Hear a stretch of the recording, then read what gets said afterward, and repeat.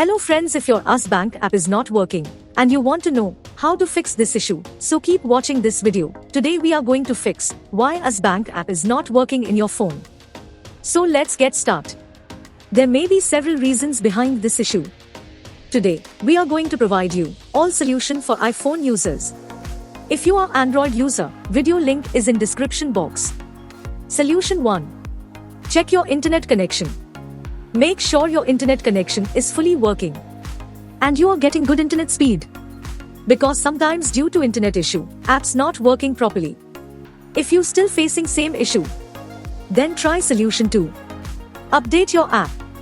Make sure you are running latest version of your US Bank app. Open up App Store on your device and then tap on this search icon in the bottom right corner. Then search for the app.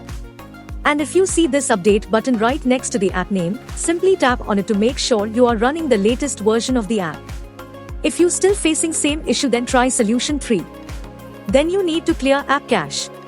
For this, go to your device settings and then scroll down to find general and tap on it. Then tap on iPhone storage. From here, search for the app and then tap on it.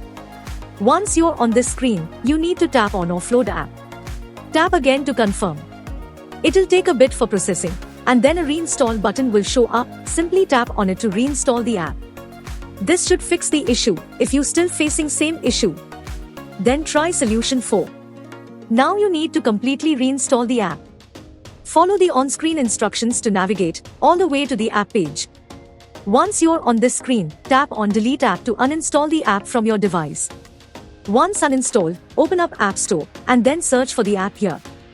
And then click on this get button to install it back on your device. If you still facing same issue, then try solution 5.